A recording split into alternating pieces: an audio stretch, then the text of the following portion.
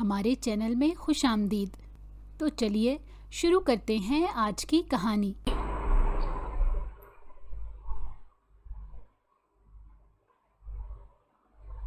بارش برس رہی تھی، لیکن جرگے میں موجود تمام افراد کو اس بارش سے کوئی لینا دینا نہیں تھا۔ اذہان شاہ کا پورا وجود بھیگ چکا تھا، لیکن اس کی آنکھوں میں خون اترا ہوا تھا۔ پھر کیا سوچا ہے آپ نے اذہان شاہ؟ جرگے کے سب سے بزرگ اور عمر رسیدہ فرد نے اذہان شاہ کی طرف دیکھا۔ میرا فیصلہ ابھی تک وہی ہے جو میں نے پہلے کہا تھا۔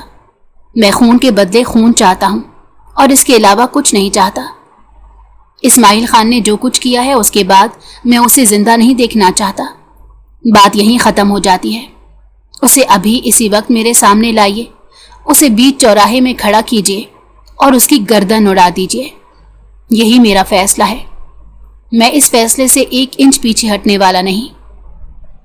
بارش میں اپنے لہجے کو بلند رکھتے ہوئے اس نے سامنے کھڑے اسماعیل خان کی بہن ریحام کو دیکھا تھا، جو اپنے والد صاحب، بھائی اور والدہ کے ہمراہ وہاں موجود پھٹی پھٹی نگاہوں سے اس کا فیصلہ سن رہی تھی۔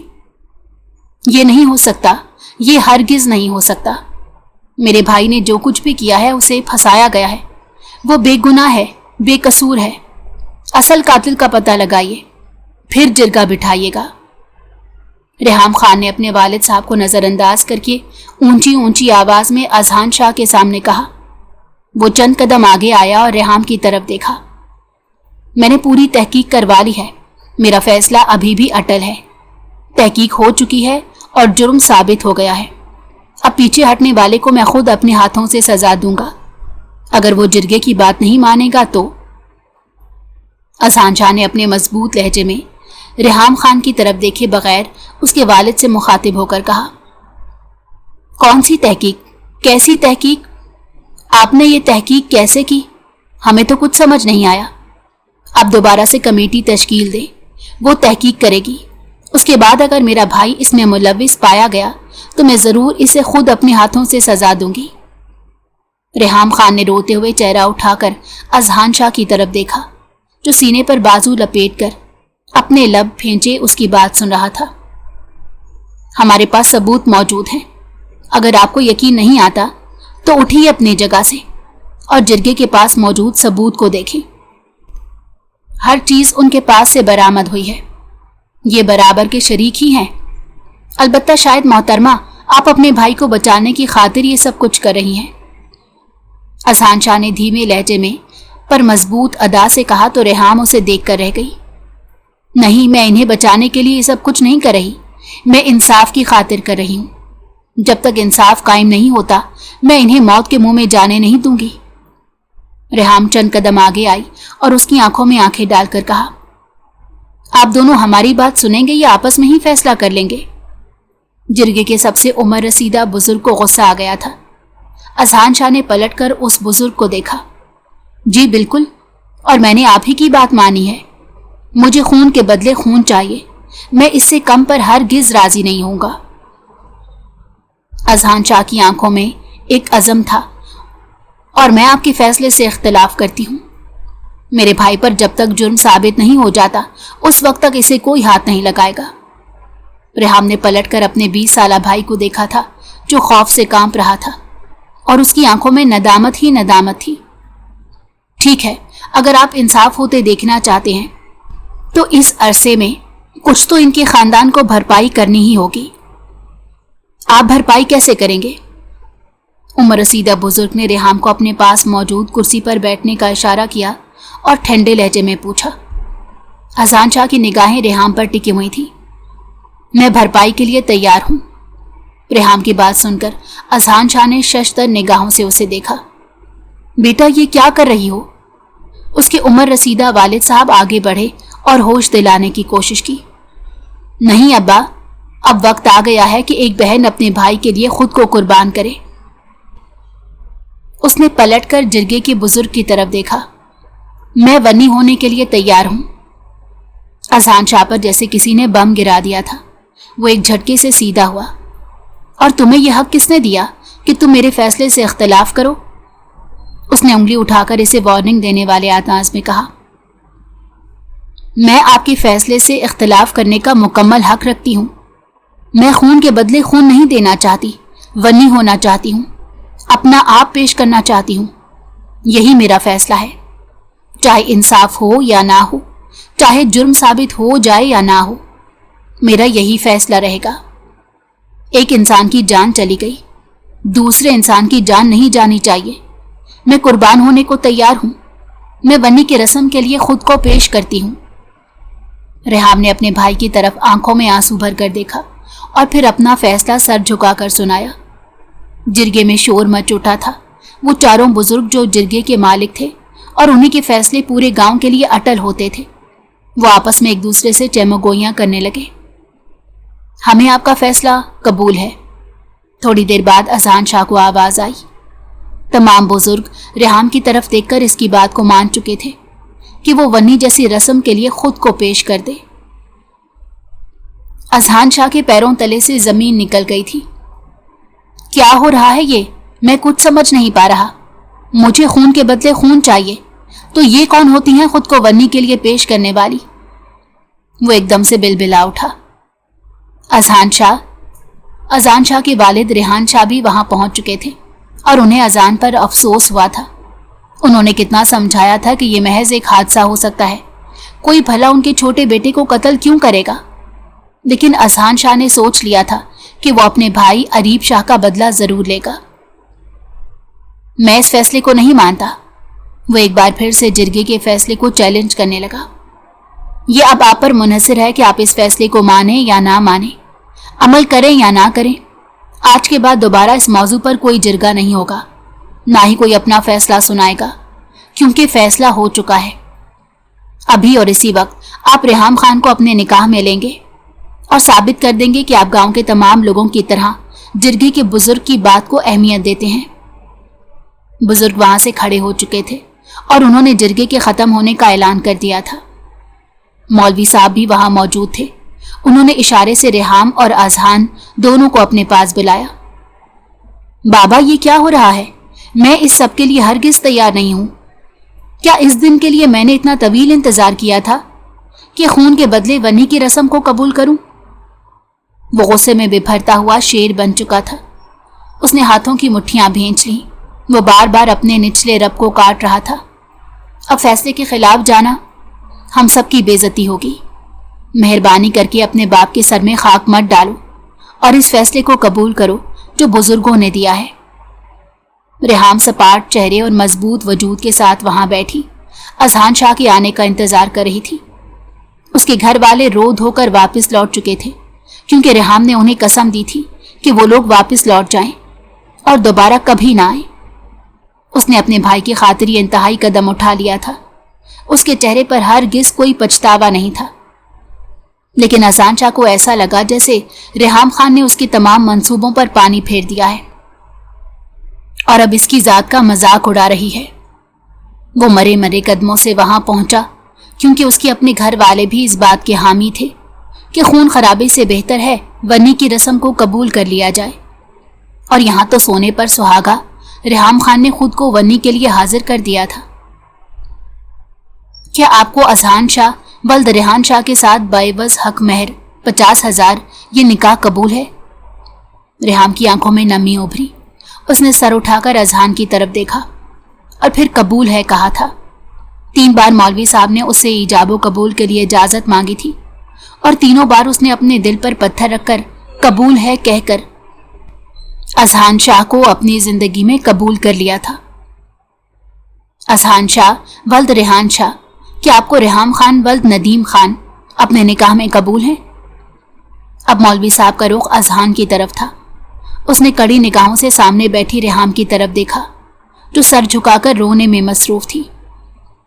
قبول ہے، قبول ہے، قبول ہے۔ اس نے 3 بار اجازت دی اور اگلے ہی پل تیزی سے چلتا گاڑی کی طرف چلا گیا۔ ریحام خان بھی اس کی پیروی میں اٹھی اور اس کے پیچھے لپکی۔ اسے شک تھا کہیں وہ اسے وہیں چھوڑ کر ہی نہ چلا جائے۔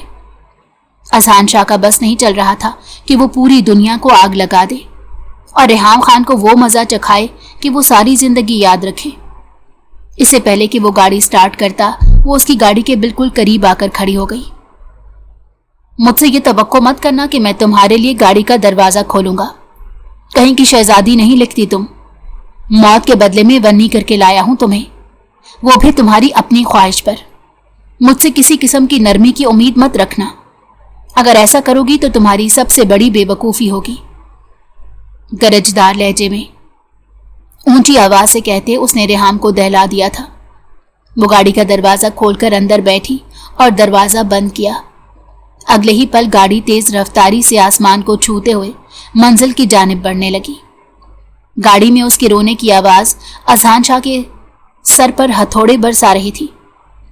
अब रोने का क्या फ़ायदा जब खुद को मेरे आगे पेश कर दिया। रेहाम तड़प उठी। निकाह हुआ है हमारा, इसने उसका तंज दुरुस्त किया।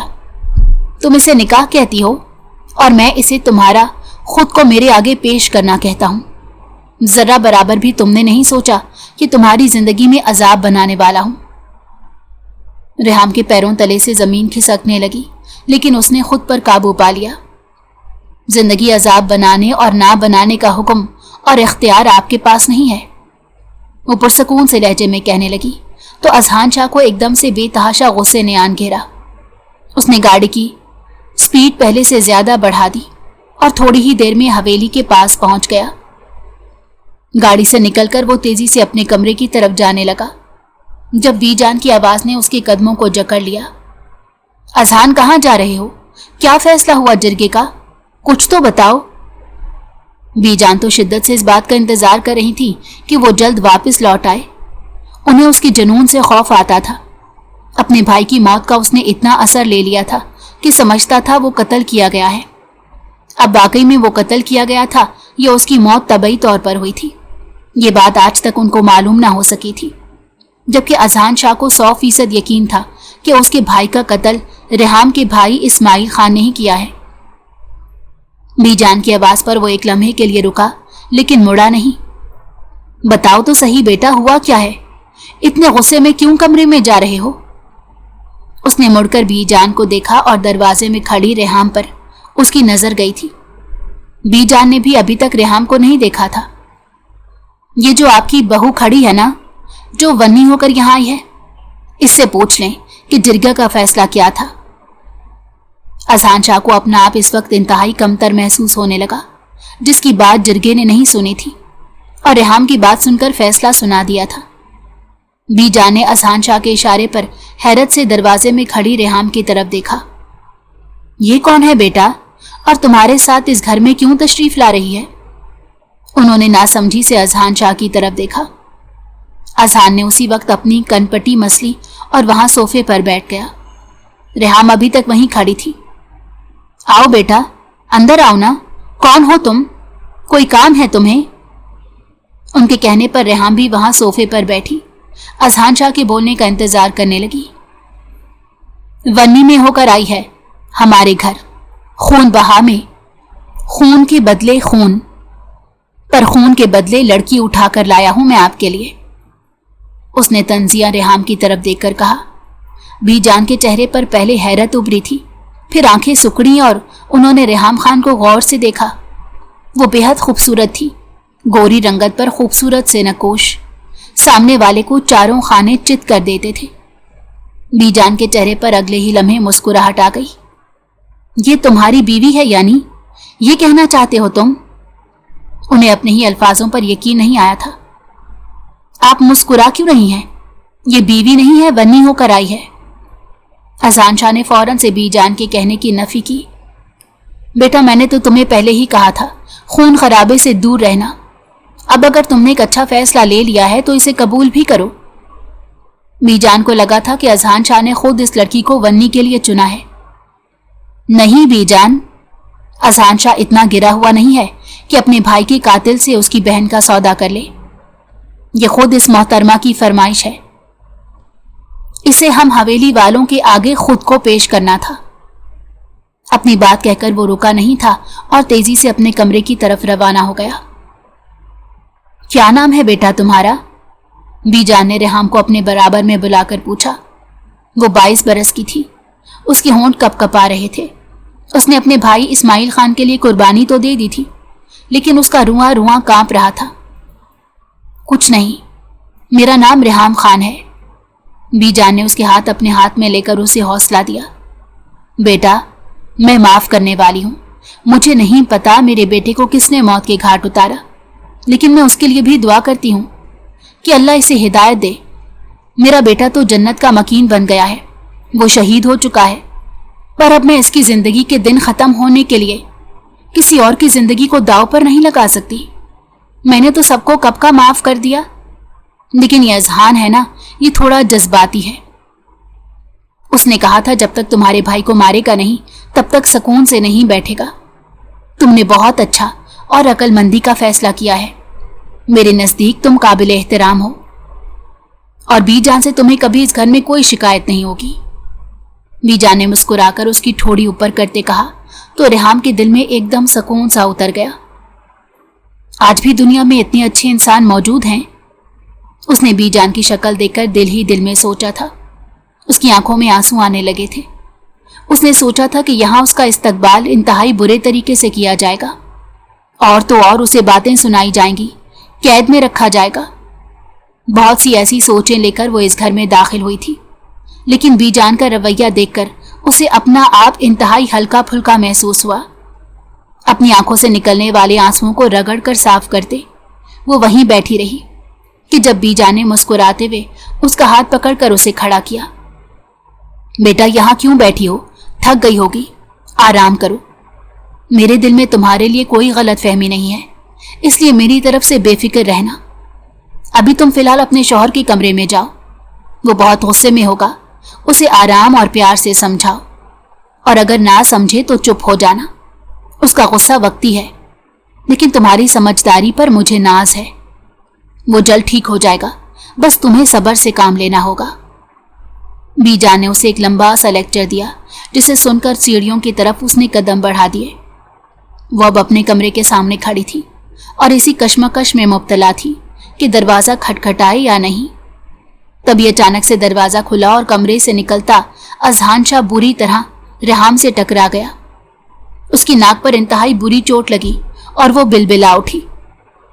تمہاری ہمت کیسے ہوئی میرے کمرے میں آنے کی؟ وہ اس پر دھاڑا۔ مجھے بی جان نے بھیجا ہے۔ یہ سن کر اذہان شاہ کی آنکھوں میں خون اتر آیا۔ بہت شوق ہے نا تمہیں ونی ہو کر آنے کا؟ تمہیں حویلی میں موجود تمام لوگوں کے سامنے خود کو پیش کرنے کا؟ تو آؤ، شروعات مجھ سے کرتے ہیں۔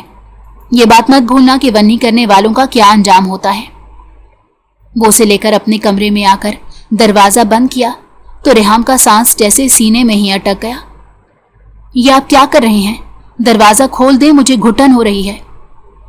اس نے بے اختیار وہاں پلنگ پر ایک کونے میں ٹک کر کہا۔ اذہان شاہ نے پلٹ کر اس کی طرف دیکھا تو اس کی آنکھوں میں سرخ ڈورے دوڑ رہے تھے۔ اس نے کرب سے اپنی آنکھیں میچ کر آنکھیں بند کر لی۔ وہ 22 سال کی خوبصورت نوجوان دوشیزہ تھی، جس کی آنکھوں میں بے پناہ خوبصورت خواب موجود تھے، جنہیں تکمیل تک پہنچانے کے لیے اس نے کافی حد تک کوششیں کی تھی۔ وہ پڑھ لکھ کر ڈاکٹر بننا چاہتی تھی، اس گاؤں کے ان تمام لوگوں کا علاج مفت میں کرنا چاہتی تھی جو علاج کرانا افورڈ نہیں کر سکتے تھے۔ وہ عام لوگوں کی ڈاکٹر کہلانا پسند کرتی تھی اور اسے لگتا تھا مستقبل میں ایسا ہی ہوگا، لیکن اس کا مستقبل تو یہاں آ کر جیسے تاریک گلی میں بند ہو گیا۔ یہ مستقبل اس نے خود اپنے ہاتھوں سے چنا تھا تاکہ اس کی فیملی بکھر نہ جائے، اور وہ یوں خود بکھر گئی تھی۔ اس کے وجود کو ریزہ ریزہ کر دیا گیا تھا۔ اس نے دل پر پتھر رکھ کر اپنے بھائی کو بچانا چاہا تھا، جس پر جرم ابھی ثابت نہیں ہوا تھا۔ اذان شاہ نے قدم اس کی طرف بڑھائے تو ریحام کانپنے لگی۔ ایک لمحے کے لیے اذان شاہ اس کی خوبصورتی میں جیسے کھو سا گیا۔ اس کی بھوری آنکھوں میں بے تحاشا خوف تھا۔ دور ہو جائیں، خدا کا واسطہ ہے میرے قریب مت آئیں۔ اس کے بڑھتے قدم دیکھ کر بوکھلاہٹ کا شکار ہو گئی۔ اب کیوں تم مجھے دور ہو جانے کا کہہ رہی ہو؟ اب تو تمہیں میرے نزدیک آنا چاہیے نا، کیونکہ یہ چیز تو تم نے خود اپنے لیے چنی ہے۔ پھر اب ڈر کیوں لگ رہا ہے؟ اس نے اسے ہاتھ سے کھینچ کر کھڑا کیا اور اس کے سر پر موجود دوپٹہ ایک دم سے زور سے کھینچ کر پھینک دیا۔ ریحام کا دل چاہا زمین پھٹے اور وہ اس میں سما جائے۔ اذان شاہ کے خطرناک تیور دیکھ کر اس کا پورا وجود زلزلوں کی زد میں تھا۔ तुमने वन्नी होने को खेल समझा था ना? अगले ही पल उसने उसे बिस्तर पर धक्का दिया। रेहाम शाह संभल ना सकी और बुरी तरह गिर पड़ी। कोहनी के बल खड़ी होकर पीछे हटने लगी, लेकिन वो उस पर झुका था। बीजान के कहने पर यहां तक चली आई। इस बात का क्या मतलब लूं मैं कि तुम्हें मेरे बिस्तर की जीनत बनने का बहुत शौक है? उसके चेहरे पर उंगलियां फेरे उसे कमर से थामकर उसके कान में सरगोशी कर रहा था, जिसका एक एक लफ्ज में अंगारा मौजूद था, जिससे उसका पूरा वजूद झुलस कर जख्मी हो रहा था। वो बुरी तरह उस पर हावी होने लगा। रेहाम ने कर्ब से आंखें मींचकर अपनी जिंदगी का यह भयानक दिन बर्दाश्त किया। अज़ान शाह ने अपना गुस्सा उसके अंदर मुंतकिल कर दिया था। वो तड़प कर रह गई और फिर बिलाखिर वो उससे अलग होकर गुस्से में ही बाहर निकल गया। वो बिलखती रही, रोती रही, लेकिन उसे पता था कि जो फैसला उसने किया है उसके बाद यही सब कुछ उसका मुकद्दर था।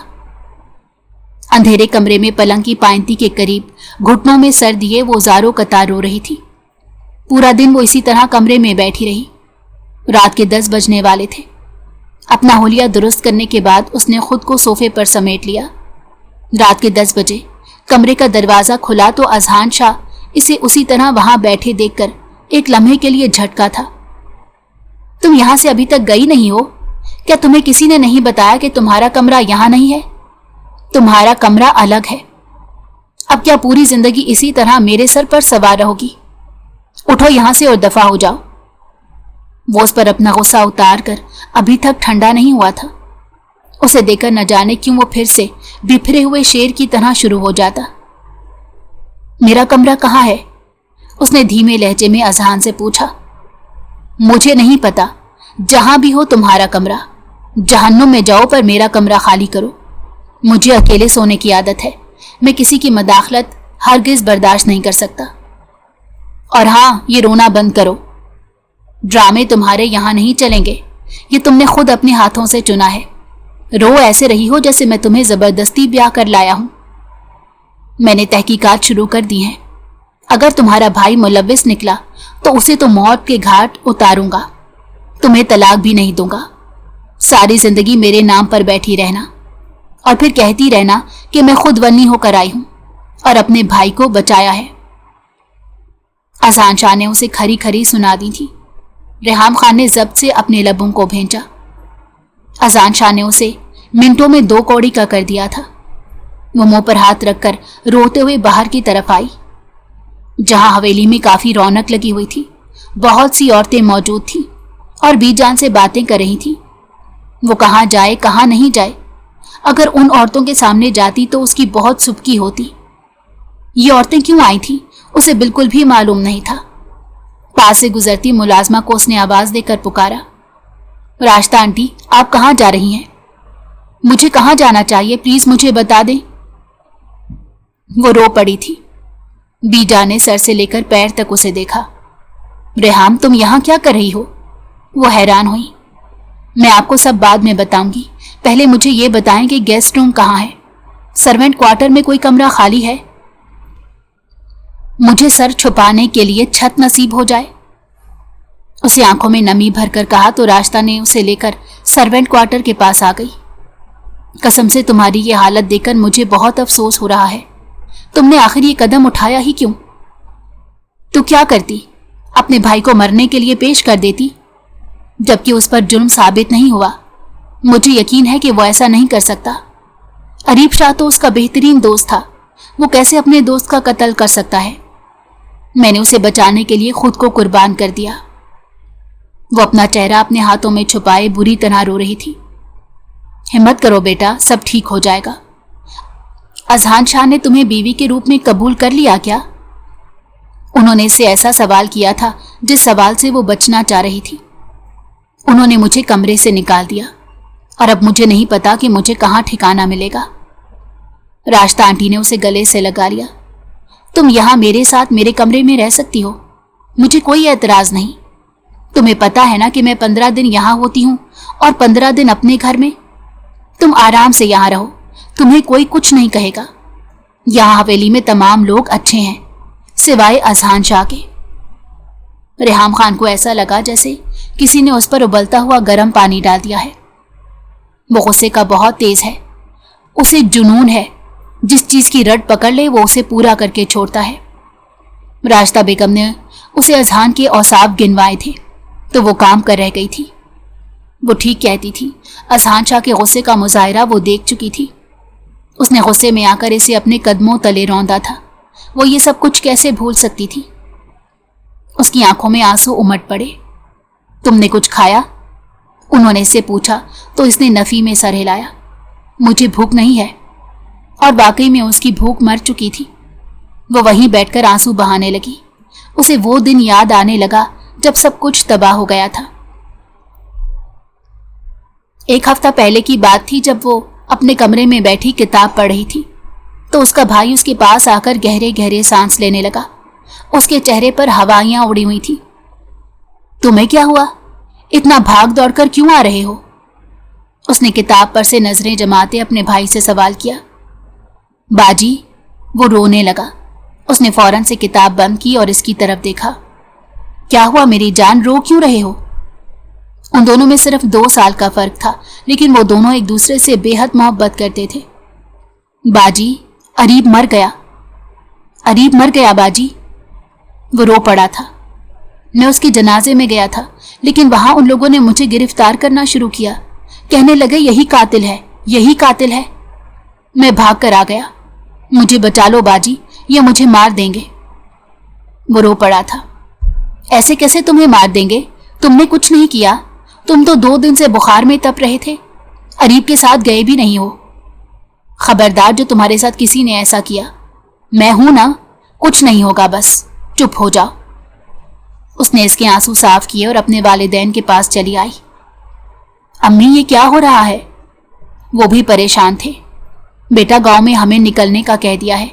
सब कह रहे हैं यहां से भाग जाओ, जान बख्शी जाएगी। लेकिन ये शाह खानदान को क्या हो गया है? अगर अरीब से इस्माइल की दोस्ती थी तो इसका ये मतलब थोड़ा ही है कि इसी ने उसे कत्ल किया है। उसकी अम्मी रो पड़ी थी। तभी दरवाजे पर दस्तक हुई और हवेली के मुलाजिम अंदर दाखिल हुए। हमें इस्माइल से बात करनी है। उनकी बात सुनकर रेहाम आगे बढ़ी। इस्माइल ने कुछ भी नहीं किया। इस पर कोई जुर्म साबित नहीं हो सकता।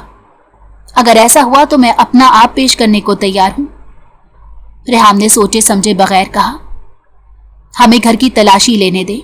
अगर आला कत्ल यहां से बरामद हो गया तो इस्माइल को फांसी दे दी जाएगी। यह सुनना था कि रेहाम के पैरों तले से जमीन खिसक गई। ऐसे कैसे मेरे भाई को फांसी हो जाएगी? और आप पूरे घर की तलाशी ले सकते हैं, यहां पर कुछ भी नहीं है। जाइए, तलाशी लीजिए। वहां मौजूद तीनों मुलाजमाओं ने उनका पूरा घर छान मारा। तभी उन्हें इस्माइल के कमरे से एक पिस्टल बरामद हुई और उन्होंने इस्माइल को पकड़कर ले जाना चाहा। छोड़ें इसे, यह हमारे घर में से किसी की भी नहीं। ये न जाने कहां से आ गई है। इस्माइल, बताओ ना इन्हें, तुमने कुछ नहीं किया। इस्माइल रो पड़ा। मैंने कुछ नहीं किया, ये तो मुझे अरीब ने दी थी और मैं उसे वापस करना भूल गया। अब ये बात आप जरगे में कहिएगा, यहां नहीं, क्योंकि हम सिर्फ उनके मुलाजिम हैं। आपको जो कुछ भी कहना है आप जरगे में कहिएगा। कल जरगे को मुनक्किद किया जाएगा और इस्माइल, आपको अपने वालिद के साथ आना होगा। वो उसे मौत का परवाना थमा कर चले गए थे। वो घर में टहल रही थी। जिरगा मुनक्किद हो रहा था। उसे वहां एक बच्चे ने इत्तला दी थी। इसका बस नहीं चल रहा था कि वो उड़कर पहुंच जाए। थोड़ी ही देर बाद इस्माइल मरे मरे कदमों से घर में दाखिल हुआ। उन्होंने मेरी एक ना सुनी, मुझ पर फर्द जुर्म आयद कर दिया है। वो वहीं जमीन पर ढह जाने वाले अंदाज में बैठा। अजहान शाह एक ही बात पर मुज़िर है, उसे मेरी जान चाहिए और बस, कुछ भी नहीं। एक लम्हे के लिए रेहाम का दिल जोर से धड़का। अजहान शाह अरीब शाह का बड़ा भाई था और इस्माइल उसकी और अरीब की बातें करके रेहाम खान के दिल में अजहान शाह के लिए मोहब्बत जगा बैठा था। उसने अजहान शाह को देखा नहीं था, लेकिन इस्माइल की बातें सुनकर वो उसकी मोहब्बत में मुब्तला जरूर हो गई थी। इस्माइल के बकौल वो गुस्से वाला जरूर था, पर इंतहाई मोहब्बत करने वाला शख्स था। अरीब से भी ज्यादा इस्माइल की बातों पर वो हंस पड़ती थी। तुम ये सब मुझे क्यों बताते हो? एक दिन उसने इस्माइल से पूछा था। क्योंकि मैं चाहता हूं कि आपको अजहान शाह जैसी खूबियों वाला शौहर मिले। उसकी ये बात सुनकर इसने सर पीछे करके हंसना शुरू किया और हंसती ही चली गई। पागल हो तुम, ऐसा नहीं हो सकता। वो उठकर उसके बाल बिखेर कर अपने कमरे में आ गई थी और अपने बेख्तियार धड़कते दिल को थामा था। मैं तुम्हें क्या बताऊं इस्माइल, तुमने अजहान की बातें कर कर के मेरे दिल में उसके लिए बेपनाह मोहब्बत जगा दी है। वो अपनी डायरी लेकर बैठ गई और एक बार फिर से अपनी दिल की बातें उसमें रकम करने लगी, लेकिन नहीं जानती थी कि कुदरत उसे अजहान शाह से ही मिलाने वाली है। पर किस तरह? ये एक राज था। आज वो राज भी उस पर आश्कार हो गया था। मैं तुम्हें कुछ नहीं होने दूंगी, उसने इस्माइल को अपने गले से लगाया। पर अब कल फैसला होगा और मुझे फांसी दे दी जाएगी। मुझ पर जुर्म साबित हो गया है। उस पर मेरी उंगलियों के निशानात हैं। ऐसी ही गन से गोली चलाई गई थी। मैं कसम खाकर कहता हूं, मैंने कुछ नहीं किया। वो रो पड़ा था। तुम फिक्र मत करो, तुम्हारी बहन है ना, वो कल सबका फैसला तब्दील कर देगी, तुम्हारा साथ देगी। तुम बस खामोश रहना, किसी को कुछ भी ना बताना। मैं जानती हूं तुम बेगुनाह हो, मेरा भाई ऐसा कभी नहीं कर सकता। उसकी आंखों से बेतहाशा आंसू गिर रहे थे और अगले ही दिन वो अपने भाई के हमरा जिरगे में पहुंच चुकी थी। अजहान शाह इस बात पर मुसिर था कि इस्माइल खान को अभी इसी वक्त उसकी आंखों के सामने मौत के घाट उतार दिया जाए ताकि उसके कलेजे को ठंडक पहुंचे। उसका लाडला भाई भी इसी तरह मारा गया था। वो चाहता था इस्माइल को भी इसी तरह मारा जाए जितनी तकलीफ अरीब को हुई थी। तभी रेहाम खान ने हिम्मत की और आगे बढ़कर सबके सामने ऐलान किया कि वो वन्नी होना चाहती है। वो अपने फैसले पर डटी रही, यहाँ तक कि जिरगे के बुजुर्ग भी उसके फैसले से मुत्तफिक नजर आए थे। और जब तक इस्माइल पर जुर्म साबित नहीं हो जाता था तब तक वो वन्नी होकर उसकी बीवी बनकर उसके घर में मौजूद थी। वो एकदम से नींद से जागी। तब उसे ऐसा लगा जैसे कमरे के दरवाजे पर दस्तक हो रही हो। उसने उठकर दरवाजा खोला तो सामने बीजान खड़ी थी। इसे इस तरह बेसरो समानी के आलम में देखकर उन्हें ताज्जुब हुआ। तुम यहां क्या कर रही हो बेटा? तुम्हें अपने कमरे में होना चाहिए। तुम्हारी शादी जैसे भी हुई है, लेकिन अब वही तुम्हारा कमरा है। उठो, चलो आ जाओ मेरे साथ। उन्होंने हाथ पकड़कर इसे उठाया तो रेहाम को चक्कर से आने लगे। क्या हुआ, तुमने कुछ खाया पिया नहीं? बीजान ने एकदम से अपने सर पर हाथ मारा। देखो, मुझे तो भूल भी गया कि मैंने तुम्हें खाने तक का नहीं पूछा। वो अफसोस करने लगी और फिर उसे लेकर खाने की मेज पर आ गई जहां अजहान शाह पहले से बैठा हुआ था। उसने निगाहें उठाकर रेहाम की तरफ देखा और अगले ही पल उसकी आंखों में इसके लिए नफरत चमकी थी। एक मिनट रुक जाओ, उसने वहां मौजूद तमाम लोगों के सामने इससे कहा। वो जो कुर्सी खींचकर बैठने वाली थी, अजहान शाह ने उसे बैठने से रोक दिया था। अच्छा, तुम्हें खाना खाना है हमारे साथ बैठकर? वो अबरू इकट्ठी किए उससे पूछ रहा था। रेहाम शाह ने हाँ में सर हिलाया। तो बैठ जाओ। वो जैसे ही बैठने लगी तो उसने इसे गौर से देखा। मैंने तुमसे कब कहा कि तुम कुर्सी पर बैठो? जमीन पर बैठकर खाओ। ये सुनना था कि रेहाम फटी फटी निगाहों से उसकी तरफ देखने लगी। ये क्या कर रहे हो अजहान? तुम्हारा दिमाग तो खराब नहीं हो गया? बीजान ने उसे डांटा, लेकिन वो अपनी बात पर कायम रहा। तुम्हें सुनाई नहीं देता मैं क्या कह रहा हूं? उसने हाथ में पकड़ा ग्लास मेज पर जोर से मारा। खड़ी हो जाओ और जमीन पर बैठकर खाओ। तुम्हारी इतनी औकात नहीं कि मैं तुम्हें अपने साथ बिठाकर खाना खिलाऊं। कातिल की बहन हो तुम। इससे ज्यादा तुम्हारा मेरे आगे और कोई हवाला नहीं। उसने 2 सेकंड में से दूसरों के सामने 2 कौड़ी का कर दिया। वो रो रही थी, बेतहाशा रो रही थी, और फिर मुड़कर वापस अपने कमरे की तरफ चली गई और वो सुकून से खाना खाता रहा। अलबत्ता बीजान के चेहरे पर अफसोस था, पर वो अपने जिद्दी बेटे का कुछ नहीं कर सकती थी, जो एक बार कुछ सोच ले तो फिर उसका पीछा नहीं छोड़ता था। रात के 12 बजे जब वो अपने कमरे में वापस लौटा तो वो दरवाजे के साथ बनी दीवार के पास अकड़ूं बैठी अभी तक आंसू बहा रही थी। एक लम्हे के लिए अजहान का दिल जोर से धड़का। तुम फिर मेरे कमरे में आ गई। दूसरे ही लम्हे उसने खुद पर काबू पा लिया। मुझे वो बीजान ने कहा था।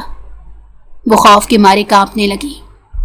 खड़ी हो जाओ, उसने सिर्फ کہا نہیں بلکہ اس کا ہاتھ کھینچ کر اسے کھڑا کیا۔ میں نے کہا نا تمہاری اتنی اوقات نہیں کہ تم میری ہر چیز شیئر کرو۔ تم یہاں نہیں رہو گی بلکہ تم بالکنی میں رہو گی۔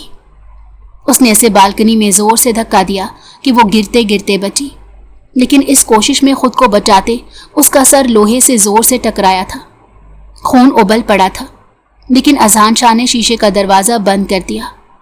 شیشے کے پار سے وہ اس کے سر سے ابلتا ہوا خون اچھی طرح محسوس کر چکا تھا، لیکن لاپرواہی سے مڑ گیا اور اپنے کمرے کی لائٹ بند کر دی۔ ریحام کو چکر آنے لگے تھے۔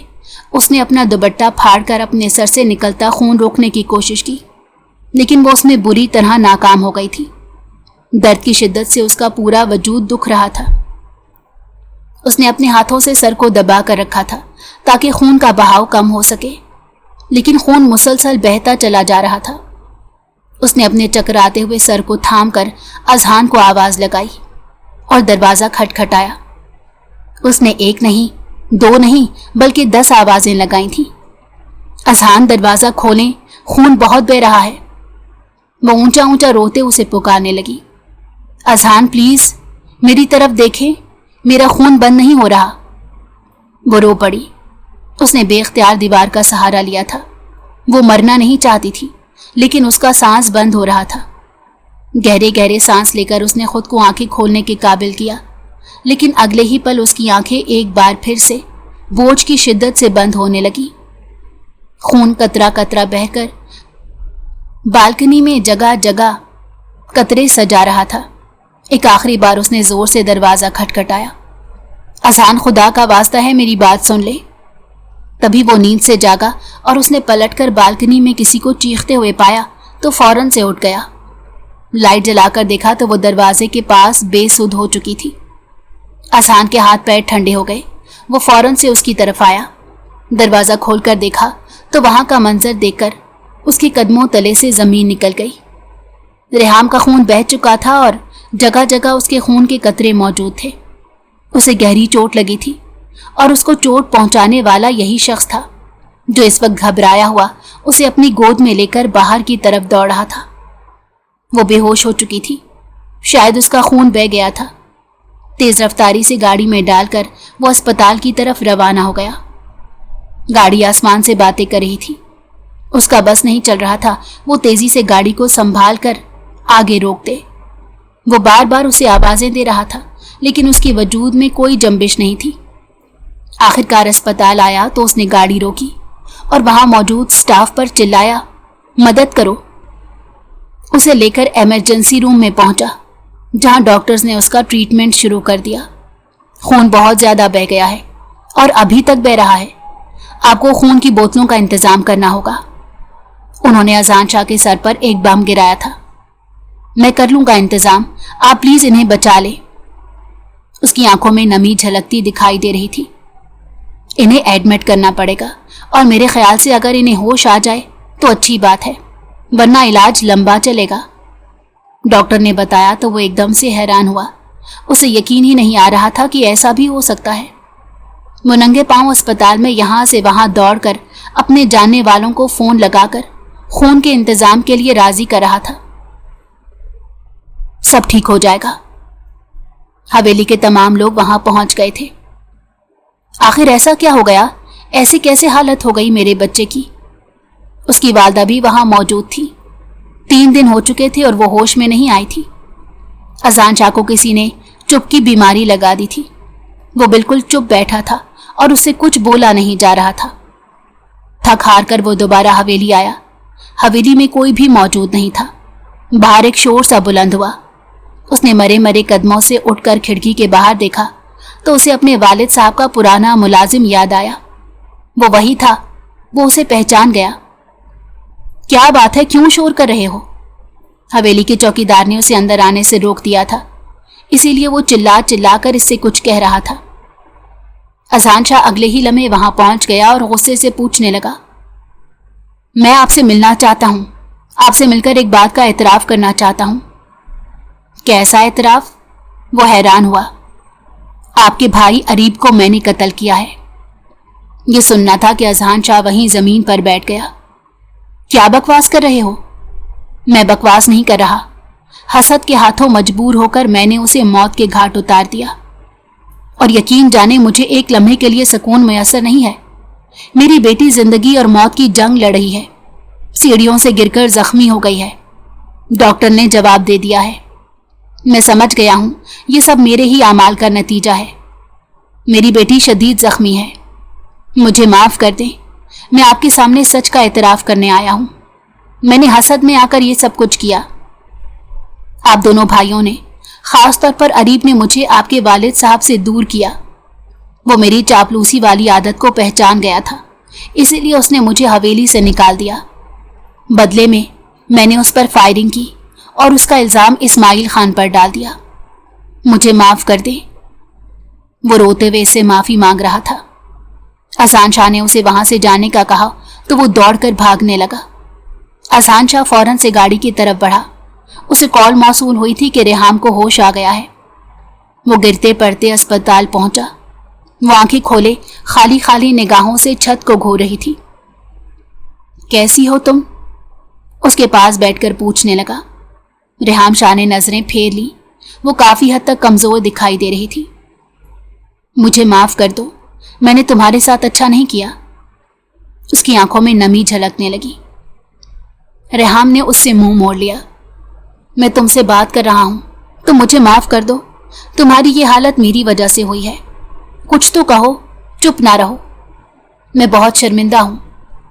वो अपने दोनों हाथ जोड़े उससे माफी मांग रहा था। आपकी शर्मिंदगी से क्या होगा? मेरी सेहत बहाल हो जाएगी। वो चीख उठी। तुम्हारा भाई बेकसूर है, बेगुनाह साबित हो चुका है। वो सर झुकाए उसे खुशी की खबर सुनाने लगा। रेहाम चुप रही। ठीक है, फिर मुझे तलाक दे दे। अगला जुमला सुनकर अज़ान का दिल जैसे किसी ने मुट्ठी में लेकर मसल दिया था। क्या तुम वाकई में यही चाहती हो? वो उससे पूछने लगा कि रेहाम की आंखों से आंसू बहने लगे। मुझे बताओ, अगर तुम यही चाहती हो तो मैं अभी इसी वक्त तुम्हें तलाक दे दूंगा। लेकिन अगर तुम नहीं चाहती तो मुझे बता दो, मैं इस रिश्ते को निभाने के लिए तैयार हूं। मेरी वजह से तुम्हें यह सब सहना पड़ा। मैं इतना पत्थर दिल नहीं हूं जितना तुमने मुझे समझ लिया। उसने रेहाम का हाथ अपने हाथ में ले लिया था। वो तड़प कर उसकी तरफ देखने लगी और उठकर बैठने की कोशिश करने लगी। अज़ान ने उसकी कमर के पीछे तकिया रखा। वो अभी तक उसका हाथ थामे हुए था। जी पाओगी मेरे बगैर? उसका ये जुमला सुनकर रेहाम ने फटी फटी निगाहों से उसकी तरफ देखा। क्या मेरे दिल में पनपने वाली मोहब्बत की खुशबू अज़ान शाह तक पहुंच गई है? उसने दिल ही दिल में सोचा। उसका पूरा वजूद समाद बन गया था। जवाब दो मुझे। उसने नरमी से इसका चेहरा थपथपाया। जी लूंगी। वो रो पड़ी थी। उसके लफ्जों ने तो साथ दिया था, लेकिन आंखों ने धोखाबाजी की थी। वाकई मैं जी लूंगी। उसने जेब से छोटी सी डायरी निकाली थी जो रेहाम की थी, जिसके एक एक वर्क में लिखा था कि वो अज़ान की मोहब्बत में उसे बगैर देखे मुब्तला हो गई है और अब शायद उसके बगैर इसका जीना दुश्वार है। इसने तड़प कर अपनी आंखें बंद कर ली थी और ज़ारो कतार रो रही थी। तुम रोती हो तो न जाने क्यों तकलीफ होती है। मैंने गुस्से में आकर तुम्हें नुकसान पहुंचाया, लेकिन यकीन जानो मैं बहुत शर्मिंदा हूं। खुद से नजरें नहीं मिला पाता। तुम मुझे माफ कर दो। तुम मुझे माफ कर दोगी ना? वो दोनों हाथ जोड़े उसके हाथ पर अपना सर रखे रो रहा था। भाई की मोहब्बत में इतना अंधा हो गया कि तुम्हारे वजूद को ही भूल गया। लेकिन अब तुम मुझे फैसला सुना दो। क्या तुम मेरे साथ रहोगी तो मैं तुम्हें जिंदगी भर खुश रखूंगा, और अगर अलग होना चाहती हो तो भी तुम्हारी मर्जी है। अज़ान शाह ने उसके आंसू पोंछते हुए कहा था। मैं आपके साथ रहना चाहती हूं। रेहाम ने थोड़ी देर बाद धीमी आवाज में कहा तो वो उसे देखकर रह गया। सच कह रही हो? रेहाम इस अरसे में पहली बार मुस्कुराई थी। बिल्कुल सच कह रही हूं। अज़ान शाह ने आगे बढ़कर उसे अपनी बाहों के हिसार में ले लिया था। इस लड़की की खुद से मोहब्बत में मुब्तला हो चुका था और उसने अपने दहकते हुए लब रेहाम के माथे पर रख दिए थे। उसे अपनी बीवी के रूप में वो कबूल कर चुका था। اسماعیل خان بری ہو گیا تھا اور اریب کا قاتل گرفتار ہو کر موت کے گھاٹ اتارا جا چکا تھا۔ تو نئی زندگی کی شروعات کریں؟ اس نے اس کے سامنے ہاتھ پھیلایا۔ ریحام نے ہنستے ہوئے اپنا ہاتھ اس کے ہاتھ پر رکھ دیا۔ زندگی مسکرانے لگی۔ وہ کہانی جو ونی سے شروع ہوئی تھی، محبت کی داستان پر ختم ہوئی تھی۔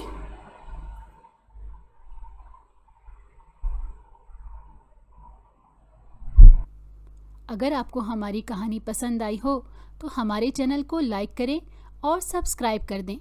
بیل نوٹیفیکیشن کو بھی آن کر دیں تاکہ ہماری آنے والی ہر مزیدار کہانی آپ کو وقت پر ملتی رہے۔